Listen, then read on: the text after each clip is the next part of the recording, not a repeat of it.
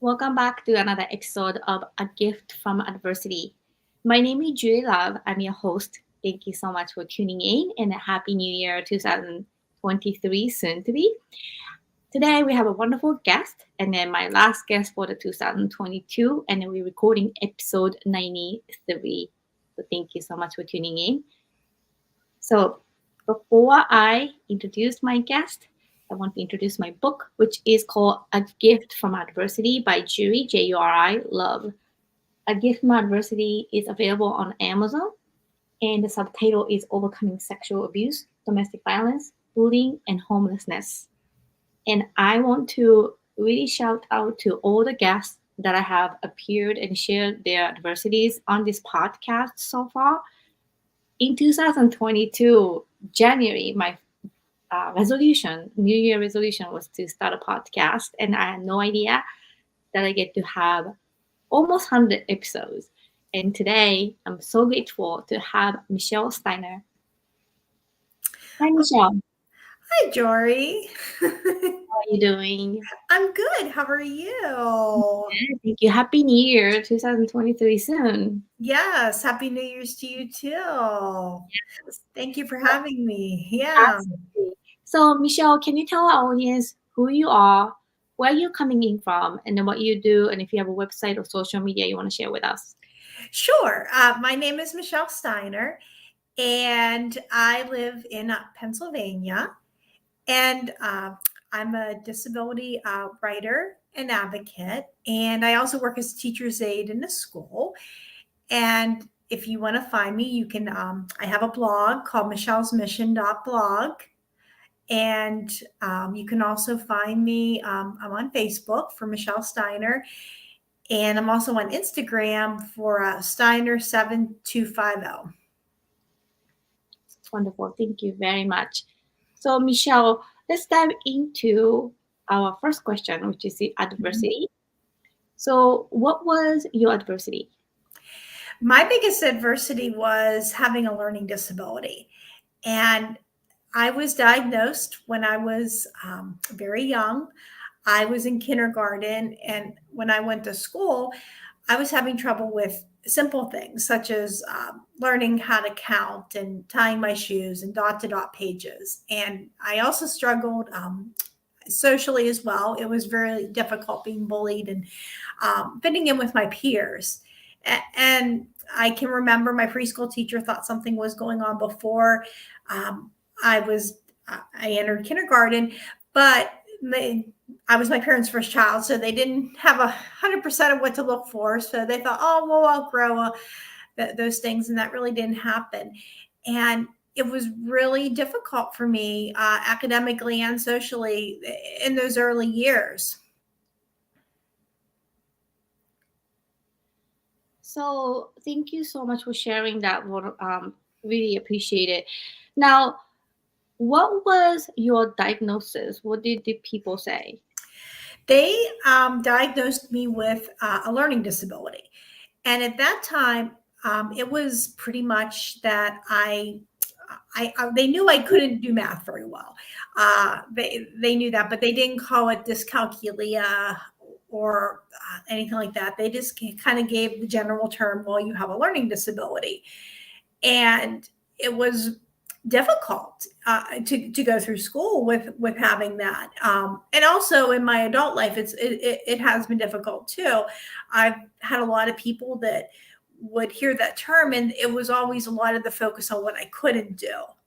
I can remember having a learning support teacher who told me that she didn't think I could do college because of having one. And that was hard to hear. And she recommended a trade school, and I knew that wasn't where my interests were. And I even had a psychiatrist when I had to get evaluated for having a learning disability. Once we decided, okay, we're going to go to school, and the psychiatrist said, you're most likely not going to go beyond a community college. And even the professors, some of them that I had, they would tell me, well, your job choices are going to be limited. And I've also had people with socially, I can remember being single and having someone when I was doing my internship who was single herself, saying, well, a lot of people, you may not find somebody because you have a disability. So learning disabilities really do impact a person academically, but they can also have other ways that they can affect a person in their everyday life. Wow. And then where did you go for college? What was your education? Sure. When I originally started out, I went in for early childhood education. And when I went back to university, I got my bachelor's degree, and it was in the service end, a special education, community programming for Americans with disabilities. And did you go master or you No. went to the bachelor? But some people said you can't even go to college to stop. Yeah, exactly. There were people who didn't think I could do it. So learning disability nowadays are such a wide range of terms. And then I don't know if you heard or know Eric Adams, New York mayor, mandated dyslexia screening from preschool and also in prison system because he had dyslexia Mm-hmm. and that was never there. And then where I live in Foxborough, dyslexia screening wasn't available before, but then Mm-hmm. about a year ago they implemented it. And then not only just one time, but multiple screening stages. So Right. it's definitely changing. And then I think educators are identifying, but back then when you were growing up, I am sure that these were really never there. And then not so much of understanding learning disability once you put it there, like how many special like people who are specialized to understand you, and then how many aid did you have, and then mental health support, and then also the peers that you mentioned that you got bullied.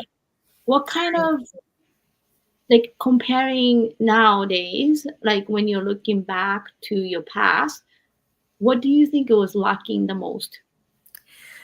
I think a lot of what was lacking the most was the representation of people with disabilities, and also the help too. I was really lucky to be able to, first of all, be identified with having one, because we didn't have a whole lot of being able to understand that. But I can remember we only had like maybe one aid and learning support, and now we have, is my job, we have more help for students that have that, and that just having the extra hands, kind of being able to give that encouragement helps. And also the lack of representation. I didn't know other people who went to college and were successful, or had jobs and were successful. I knew of only very few people, but I never met them personally. So I think now with sharing my story, and I get also that chance to talk with my students, whether they want to go to college, trade school, or into directly into employment. I get to have that with them to kind of encourage them that, people that have disabilities can thrive. And just speaking with you, I don't see you have any learning disability. I don't really um Mhm. it's not visible. Like, can you explain what is your most struggle? Sure. My biggest obstacle is a lot of the things people can't see. I struggle with math. That has always been the cornerstone of my issues. I don't understand how numbers work very well. Um, and it goes beyond just not knowing how numbers work. I have trouble confusing my left with my right, which I can't tell if it's the uh, when we put shoes on, if this shoe goes on the left foot or the right foot until I put it on. I that can be tough. I'm not able to read the face of a clock, an analog clock, so I'll have to use. So that can be really rough with having to have that. I'm also not able to drive because of my visual perception. And that doesn't affect my eyes. It affects my brain, and just my eye-hand coordination is difficult. And in one evaluation, we didn't know about this until I was an adult. I have I have limited hand dexterity in both of my hands. So that made a lot of sense why it was really tough for me to write my name and have handwriting that's legible. So those were some things that were really hard. And the thing people don't realize about learning disabilities is you may not be able to see them, or if somebody doesn't, or maybe you won't even be able to tell when I talk. It's just something that people can't see. Thank you so much for explaining that. Yeah, when I'm talking to you, I can't really understand what the learning disability part of it, but the vision and not being able to drive and then dexterity, those are huge. And then the left and right and the numbers and then the clock. Like, I could never have imagined the struggle that you had gone through. How are you dealing with driving? I'm very blessed to have a wonderful husband who takes me places. I have great coworkers who are able to take me home from work. I also have a lot of friends and family who are able to take me places that I need to go. And I also live in a central location where I'm able to walk when I can't get a ride, or if I just kind of feel like going out and taking a stroll, I have that opportunity to do that. That's something my parents really encouraged me to do, because it was pretty evident I wasn't going to be able to drive as a teenager. So they encouraged independence, so I could have a way of getting around. And I just can't say enough nice things about my mom and dad. They didn't give up on me, and they really encouraged a lot of independence, and that's shaped a lot of my life. Yeah, I remember watching Ray Charles movie, and then that they were warned that he was going to be blind. And then early on, the mother told him how to be independent, how to count to the stairs, and how to touch. And then that was like really impactful. So I think it's just so like I don't really understand having no disability myself, like how hard it is and how much that I don't understand.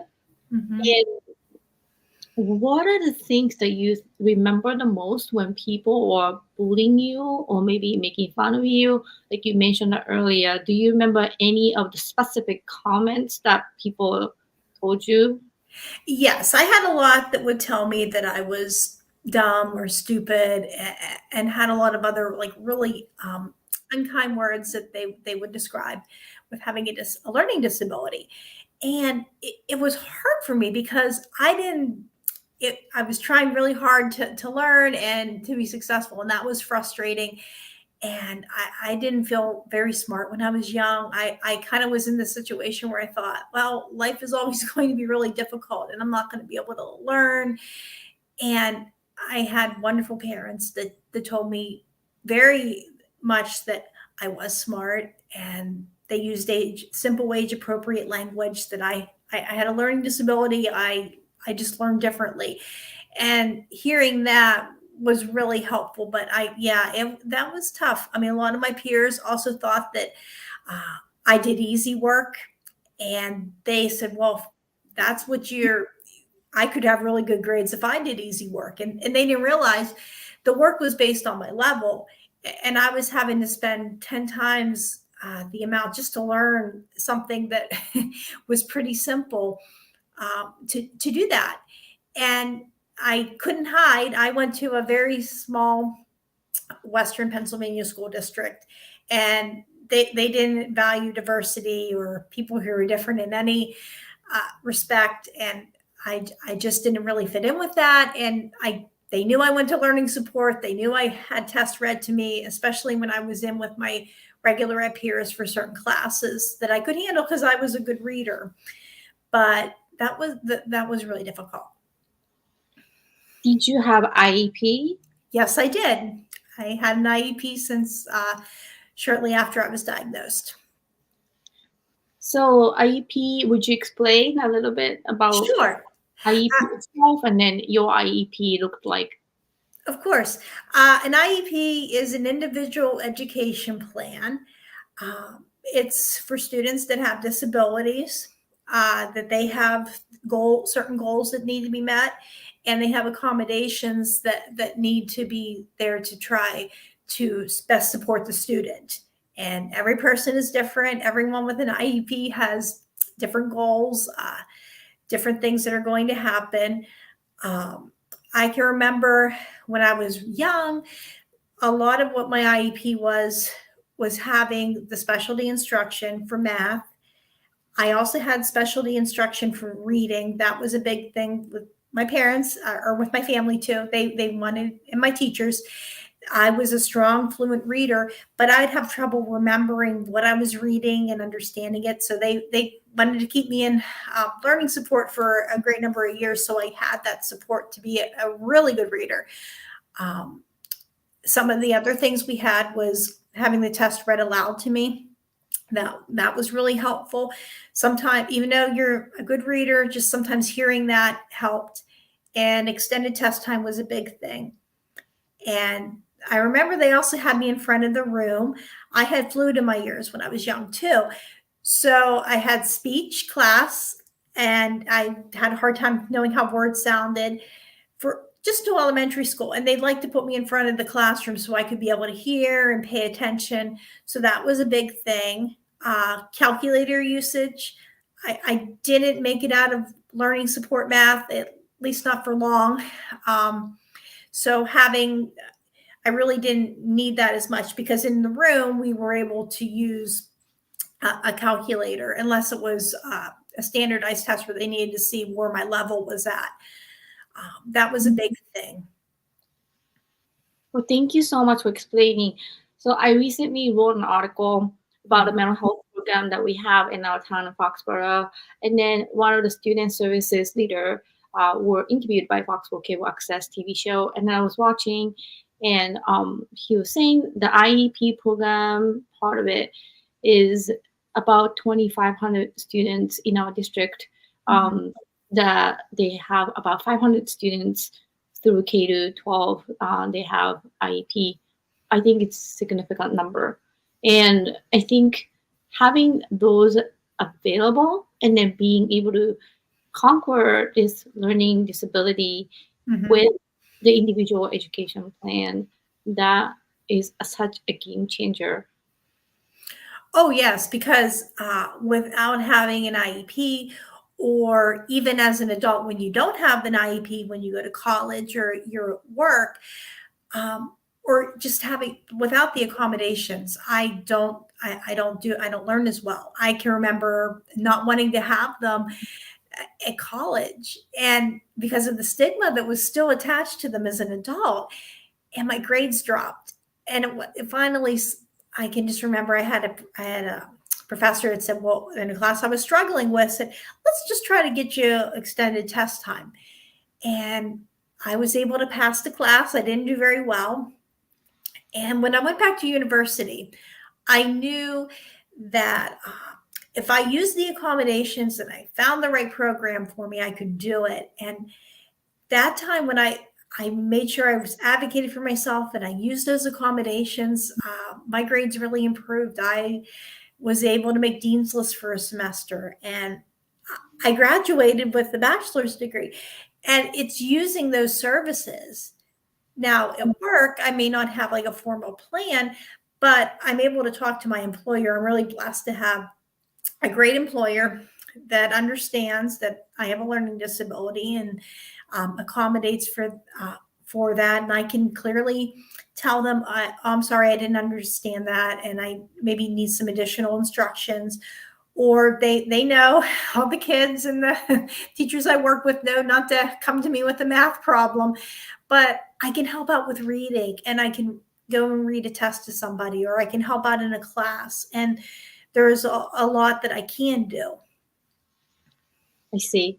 Well, thank you so much. And then one of our guests, Steve Lovelace, he had a tree accident and then got not be able to walk. But then that was back then before American Disability Act, me. So you were born after the ADA formed. So I'm sure that, I mean, like when you were in the school or playground or whatever the situation is without the ADA, Mhm. American Disability Act, I think it would be different also. And implementing the IEP, I think it's really um, completely different world than having it or not having it, like you said. But how about the adult world? You mentioned a little bit about the college and then the workplaces, but how accommodating are they, or do you still have struggle? You mentioned a little bit Mhm. that people understand, but even when you apply for the job, did you have to state that you have a disability, learning disability stuff? That can be. I've had some jobs where it was really difficult with having a disability. I can remember going in for a job interview and being really open and honest. And I went for one place and they didn't like that I couldn't drive. And I can remember I was telling her this is the time where I was taking a bus to work. It was specifically for people with disabilities, and the woman I was the employer was saying, "Well, what happens if the bus is late? How are we supposed to handle it?" And she even looked at my resume and said, "Oh, it's here that you work with kids that have disabilities. We don't have students with disabilities at our center." And I think sometimes when hear that, if they're not friendly with that, I'm thinking, oh, okay, this may not be the best place. But I can also remember I worked for an agency that did help people with disabilities, and I thought, oh, okay, these people will be really understanding. They'll get it, and it turned out to be not the right job for me, and it was not a very disability friendly place to work with. They thought that I was faking a lot of these things just to be able to collect unemployment. They tried fighting my unemployment afterwards. It was a nightmare, but luckily I was, they could tell I had a disability in the end. And so not every place has been understanding. Some places they couldn't understand. Well, there's nothing wrong with you. Why can't you move as fast as somebody else, or why can't you pick up on the job, or be able to perform certain tasks? There was a lot of people who just didn't get have that understanding, and it took a while to find a job in the right place, working with the right people, and having a working relationship where we can just be very honest about things and put forth what I can do. For the people who has learning disability, would you recommend them to be transparent before you apply for the job or not being transparent? That is the greatest dilemma, is to disclose or not to disclose. I think there's situations where it might be a good thing to do that. There are jobs that, especially if they are able to get some kind of assistance, like with the government, some of their programs, that can be an asset if you speak up there. It also can be an asset if you know before you're going into a job how they're going to be able to treat people. But it can also be something that can be considered a red flag too, that you may not want to say everything. You may not want to disclose that information. I mean, that really is up to the person. And I do have the advantage of being able to choose my audience and being able to say how much I wish to disclose and how much I might just keep if that comes up in the future at a job. Well, thank you so much for sharing that. So, Michelle, I want to go back a little bit. So, when your parents are trying to figure out what was going on, did your parents tell you when you're now adult later on, like if you were misdiagnosed, if it took them a long time to figure out what's going on with you? Because that is really parents' perspectives nightmare of figuring out what is going on. Right. I can remember it was a little hard for my dad. My parents were great at accepting it, But it was hard, I think, for my dad coming in to understand it, because he's really good with numbers. So to him, oh, well, 1 + 1 is always going to be 2. And the psychiatrist was explaining that I'm just not, my brain will be, have a lot of difficulty with understanding that. So I think it was a little difficult to kind of process, because everything else was pretty much normal with me. So I think that was hard for them. And then to come to the realization that, oh, they are right that I won't be able to understand math, but they kind of, the professionals also kind of painted a pretty dim picture, that I wasn't going to be successful. And I think they pretty much figured out that they weren't quite right on that. Maybe they were right that I wasn't going to be able to understand math, but they could see a lot of potential in me. So when you have the professional diagnose you that basically this is her limit, that is really heartbreaking, especially for parents. Do you remember adults saying that to you? You mentioned a little bit, but then like early on, like, no, you're not going to be able to do this and that. And then how did it affect you?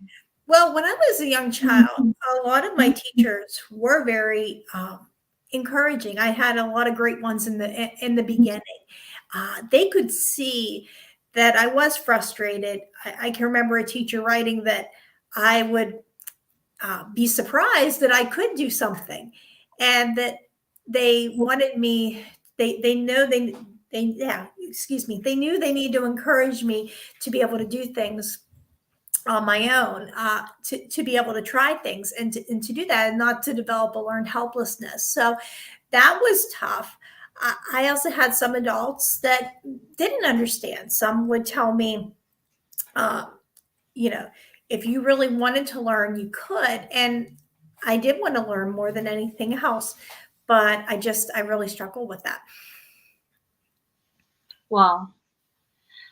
Well, thank you so much for sharing that. And can you explain your advocacy service you mentioned a little bit?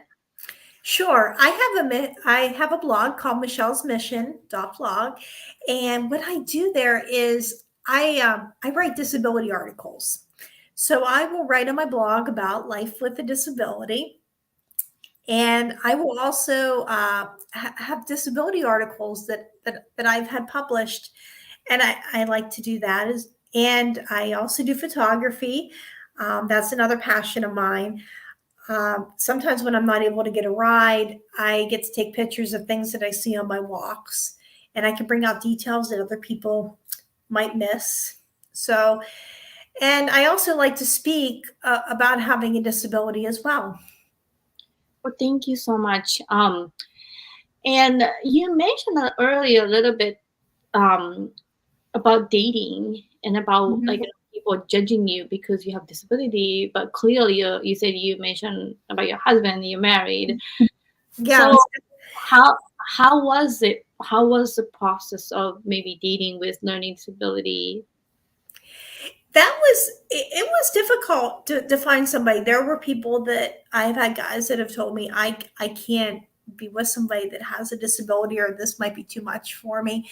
I can remember a person breaking up with me, and that person was telling me that they were tired of taking me places, and if I really wanted to drive, I could. So I can remember that was hard.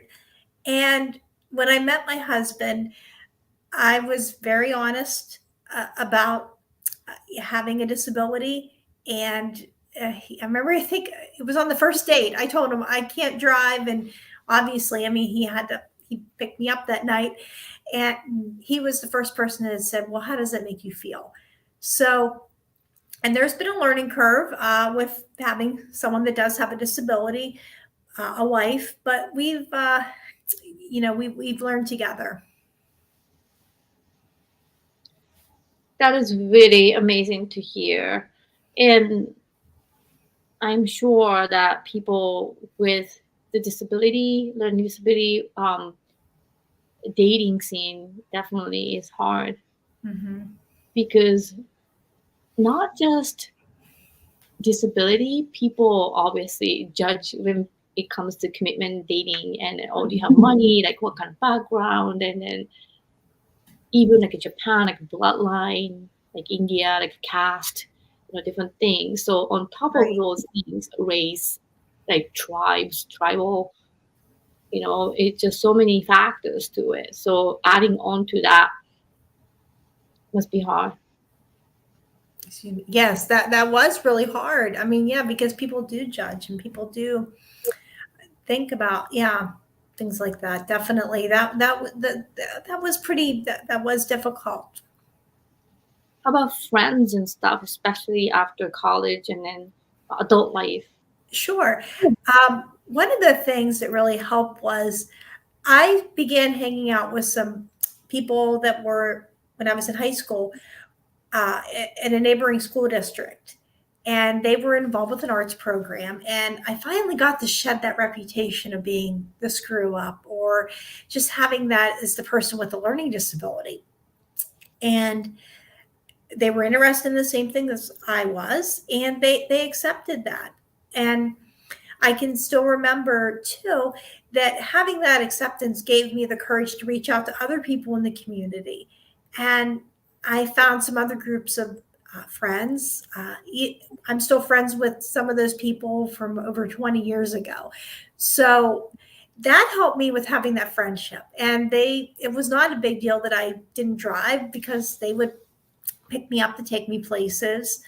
Um, and I think it's just that uh, I'm able now to have that confidence to go out and meet people and to uh, have friendships with a lot of different people now. Even with or without a disability, sometimes friendship makes a huge difference in life. Mhm. And having to have a real friend who don't like discriminate you and isolate you, I think that's so big. Definitely. There's so many things in my life that the people that I've been friends with for over 20 years, I don't think I could have gotten through a lot of that stuff without them. I mean, it's yeah, just having that connection and having that friendship is so important. So let's dive into the second question, which are the tools that you use to overcome. So we a little bit mentioned about friendship and then Mhm. different things, but this question number two is one of my favorite questions because every guest so far, you are my episode 93. They shared so many unique ways to overcome different adversities. For instance, my favorite to share was Rage Room, which is in New Jersey. That one of my guests had 5 consecutive miscarriages, and after that, she found this Rage Room where you pay and break everything. And I was able to find similar business 20, 30 minutes away from where I live. And then me and my son went to break everything. It's called Just Smash It. And that's really interesting because I just want to share a quick story. So Lisa, who's the owner, her story is her daughter had this issues that like everybody said, oh, just put her on a medication, but then she didn't want to. So and she's heard about Rage Room down Mhm. in New Jersey, so she said, I'm going to create one, and now she's very successful. There's bachelor party, there's birthday parties, and then really people sometimes have to break things or express different ways.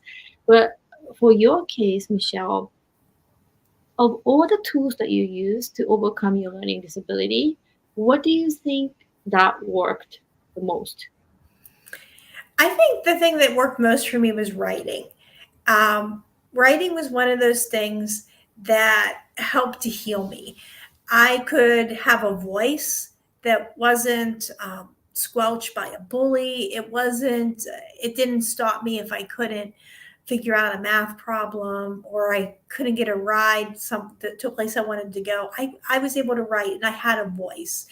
And that was just the most healing thing I ever did. I always loved to write, even from the time I was a young child. That's something I was good at and I enjoyed doing. And I can remember I was in a writer's group and I had a friend of mine who told me, you really should write about having a learning disability. And I was like, oh, I don't know. I don't think that's such a great idea. I just kind of want to run from this. And I think I went through a series of writing some bad poetry. And finally, when I took her advice years later, and I wrote my first article, and it got published on the Mighty about my struggle with limited hand dexterity and opening up locks. And when I got that published, I had a lot of people that would come and say, oh, that's my story. That's something I struggle with. So I got that connection with other people, and just putting it out, just my things that I struggle with was just so healing for me. Thank you so much, Michelle. Do you have any other writing mediums that you use besides your blog? I have been published on things such as the Mighty. That was my first place I got published.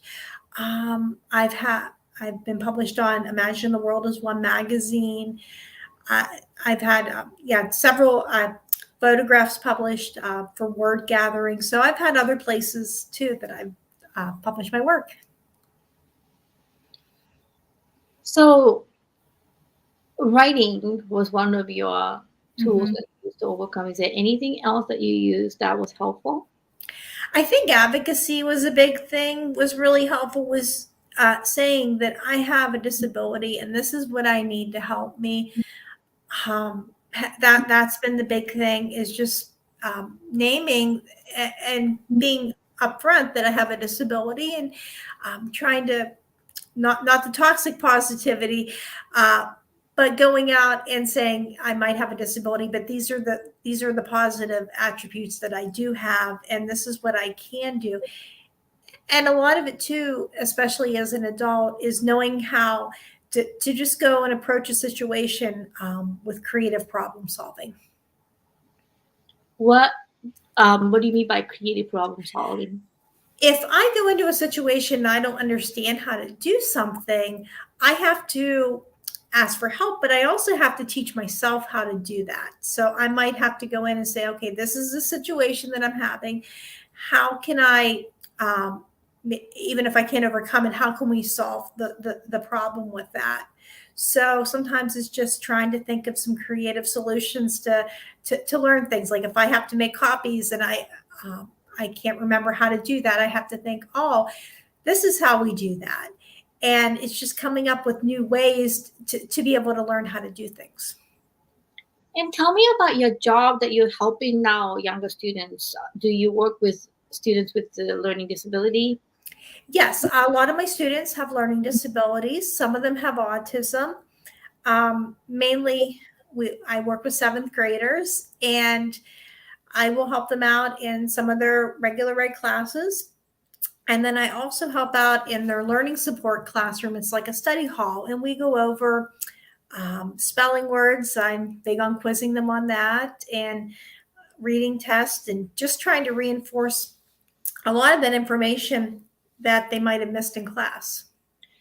So for the people who told you that you wouldn't be able to go to college, now what do you say to them? And then now you're teaching other kids with your degree, with your bachelor's degree, and right, education, and helping the kids with learning disability. What would you say? I would say that I was able to do it, and to not sell somebody short that you would that you may not think can do it, because we don't know what somebody can do or what somebody isn't able to do. I may not have been able to be a certified teacher, but there are ways around things that we can do. So I would tell them that, yes, I could do it. I did. And how about you connecting with the parents of the students with this learning disability? I don't get a lot of communication with parents. Sometimes I will see them, and I get the chance to tell them how much I enjoy working with their students. And how Do you think it's part of a little bit of healing or empowering? It is healing. It is very healing and very empowering to be able to connect with students, to be able to connect with parents, to have a parent come up to me and say, "You made a difference in the life of my child." I think that is always definitely a plus. And when the students thank you too for helping them, and they're appreciative, that's also very healing. That is very heartwarming. Thank you so much for sharing that. I just want to share a quick story that came to my mind. Mm-hmm. So I was homeless, I was abused, and then I had no understanding of PTSD or whatever. And I went through the hardship. And when I was running a nonprofit and then talking to these gang members who went through extreme adversities in their lives, and I coming as a Japanese, their biases are maybe I come from rich, like more country or whatever. So they don't see me as somebody who struggled. But then when I shared my story with the students, and then they start to instantly connect with me. So Mm-hmm. I think there are some body languages and then some of the information that we can share as survivor or somebody who went through this hardship. I think we could definitely understand more than the people who didn't go through the adversity and then be able to connect. Yep.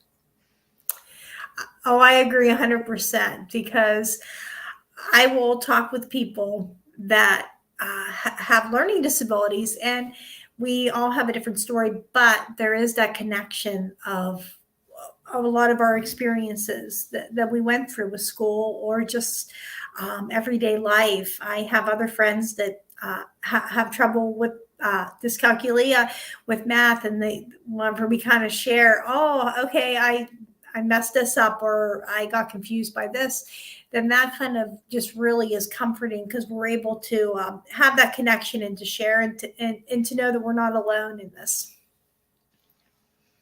Thank you so much for sharing that, Michelle. So my last question is a gift that came from the adversity. So what would you say a gift that came from the adversity?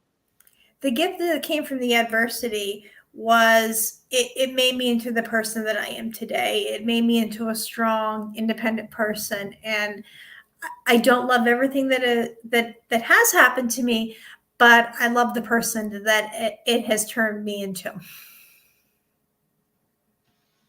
So thank you so much.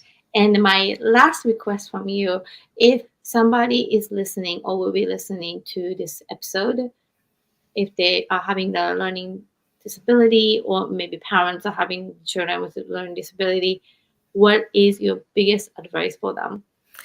My biggest advice for them is not to give up, for parents not to give up on their child, or for a teacher not to give up on the student that comes in that has the learning disability. And for the students that have the learning disability too, not to give up, to just keep on looking for new ways and different ways to do what you want to do. Thank you very much. I think the expectation from the educators are huge and their encouragement, even if they think that it's not a big deal, sometimes I'm proud of you. I believe in you. Those can make a huge difference in Mm-hmm. students' learning and in life path. Yes, definitely. Wonderful. Well, Michelle, thank you so much for coming in today and closing the 2022 podcast of A Gift from Adversity. Oh, thank you for having me, Juri. It's been a pleasure. Wonderful.